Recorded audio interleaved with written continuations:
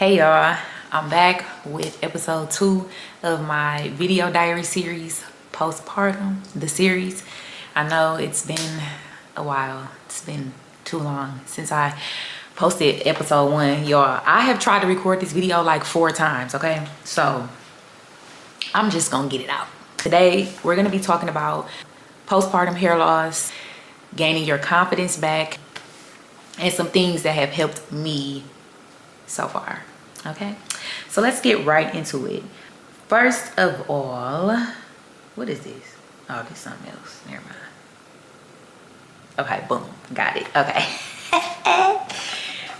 Y'all, when I say I have tried to record this video 4 times, this is the 5th time. This 5 times. This I can't even talk. Okay, so today we're talking about postpartum hair loss. So if you know, postpartum hair loss is a big thing. A lot of women experience hair loss after they have their babies. I've seen women experience it like in the middle of their heads, like right at the crown. They lose hair rapidly. I've seen people lose edges. With my first pregnancy, I experienced hair loss around my edges. This time around, I haven't noticed any differences. I'm gonna be honest. I haven't noticed any differences or any severe hair loss per se, but I will say that I didn't touch my hair for almost 2 months after I had my son. And because my recovery was so crazy this time around, I just didn't have it in me to do my hair. I wasn't thinking about my hair, okay? I was trying to get well, gain my strength back, and get back to a sense of normalcy in my life. And then it was just a lot going on. So I wasn't thinking about my hair. I was walking around looking like a fart, okay? But as a result of that, I was feeling like a fart.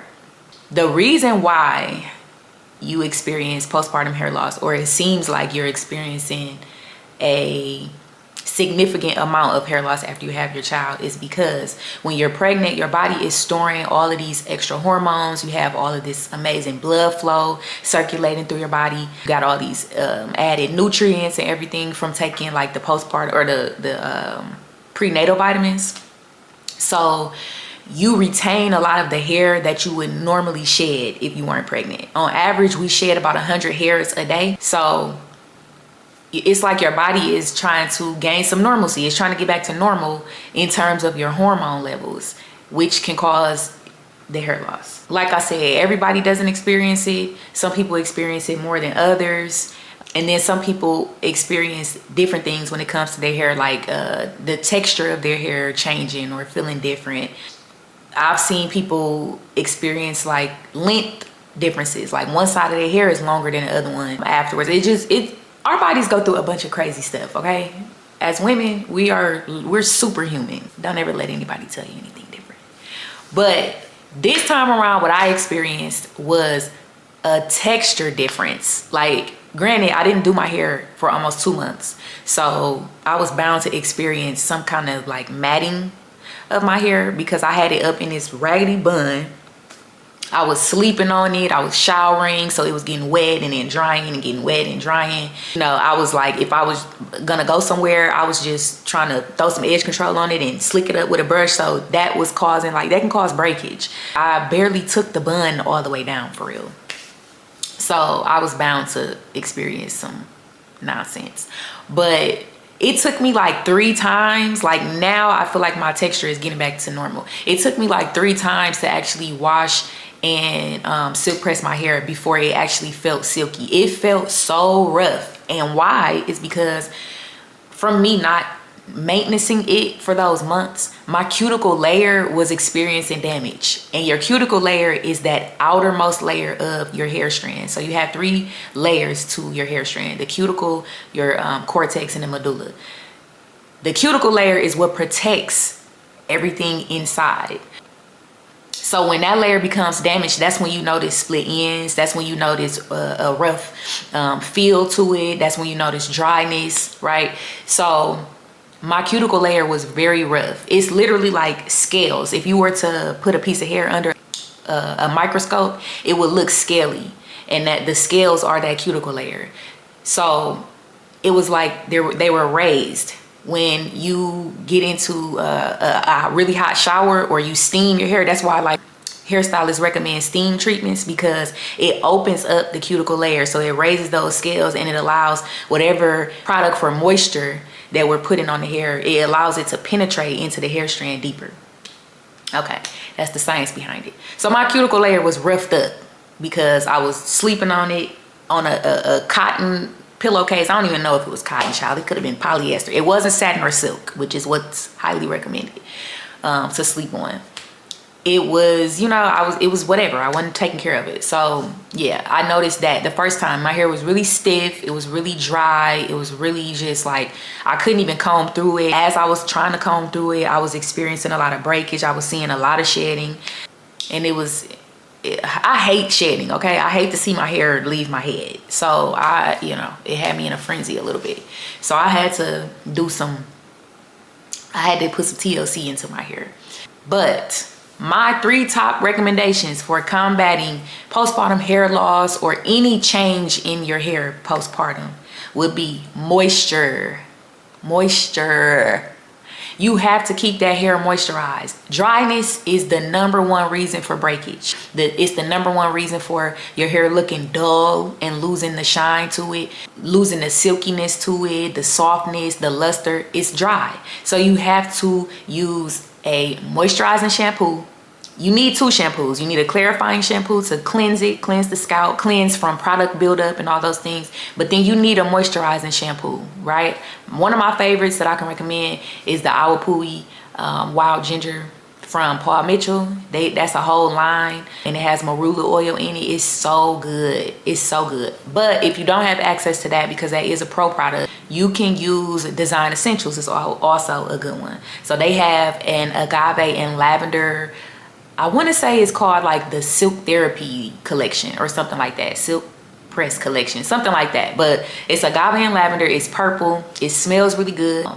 And once I got my hands back on that and started using that again, the softness was almost instant.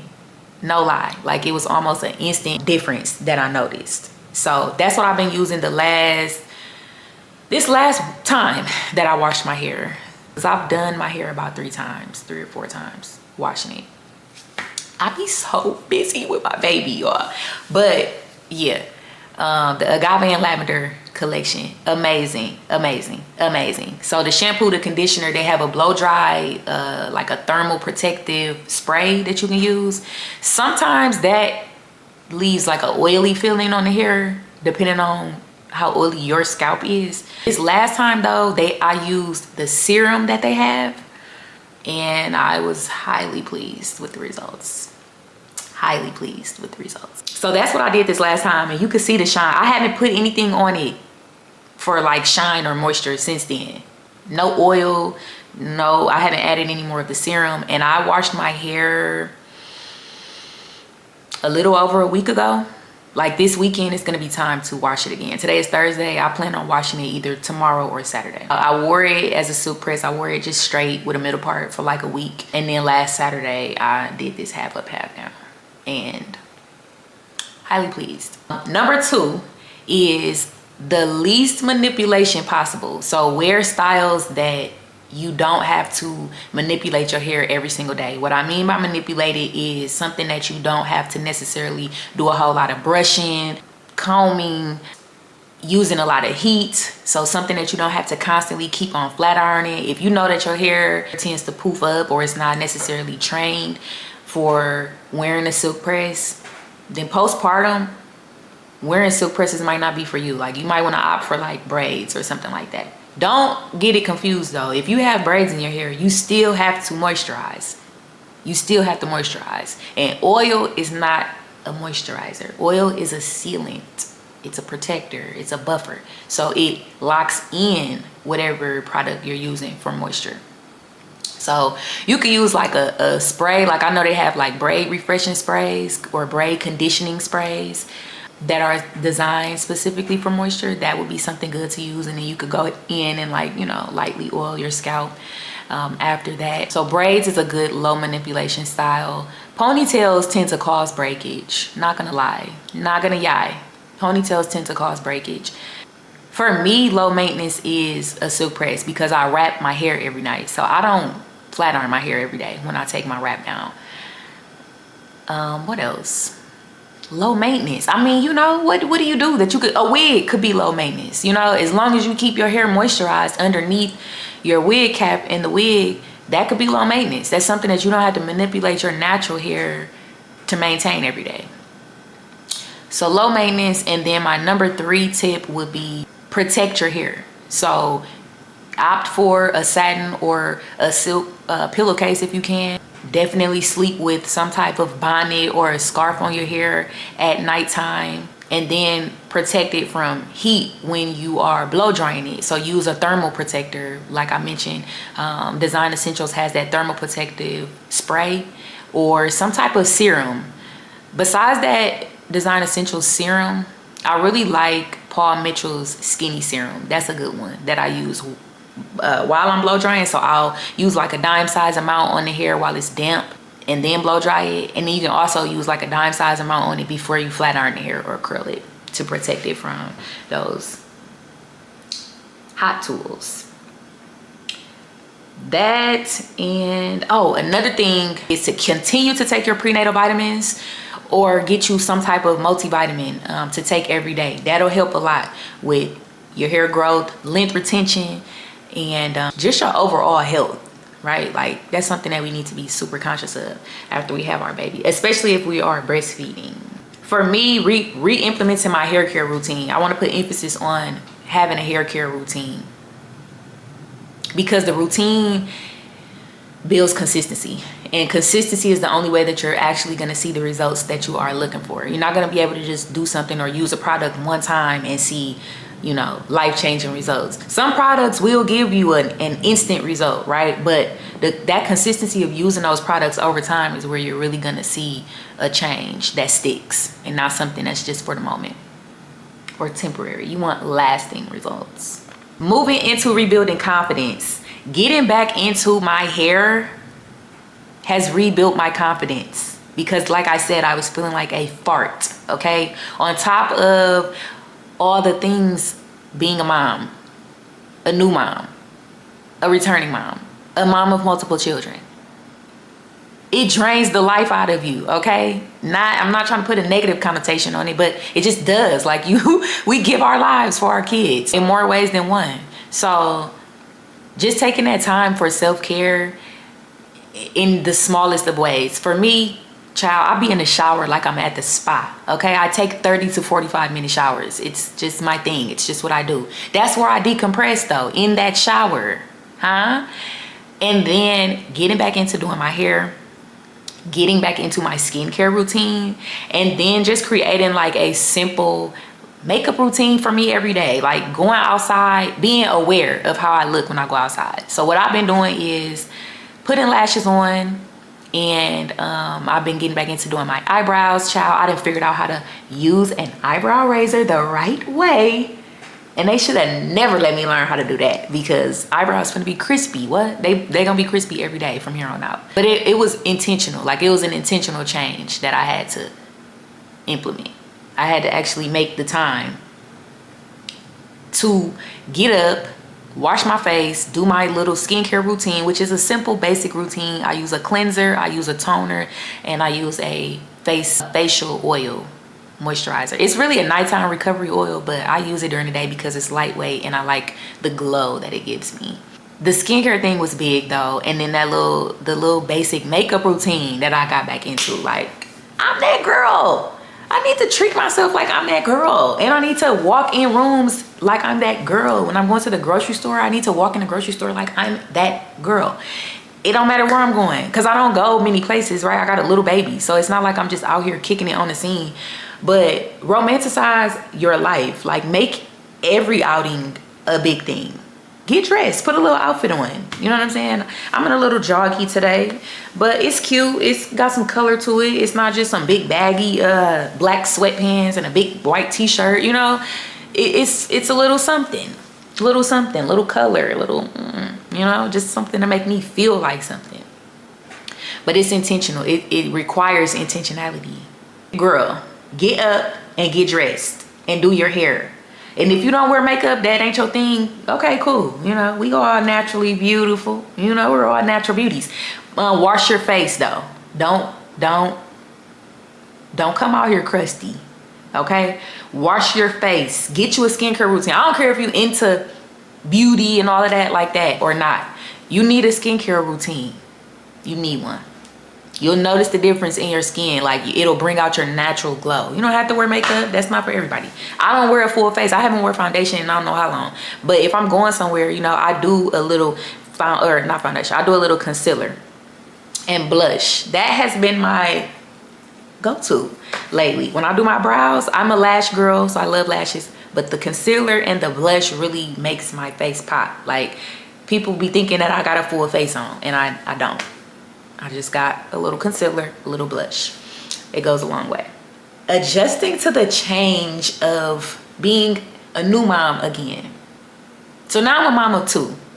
It's different because now I have 2 little gremlins who need a lot of attention.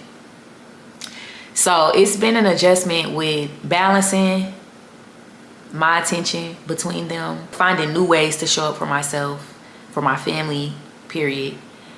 And navigating like the feelings, right? All the feelings. I'm not a super emotional person, but I'm gonna tell you, this last pregnancy brought out it brought out a very vulnerable side of me, and I leaned into it.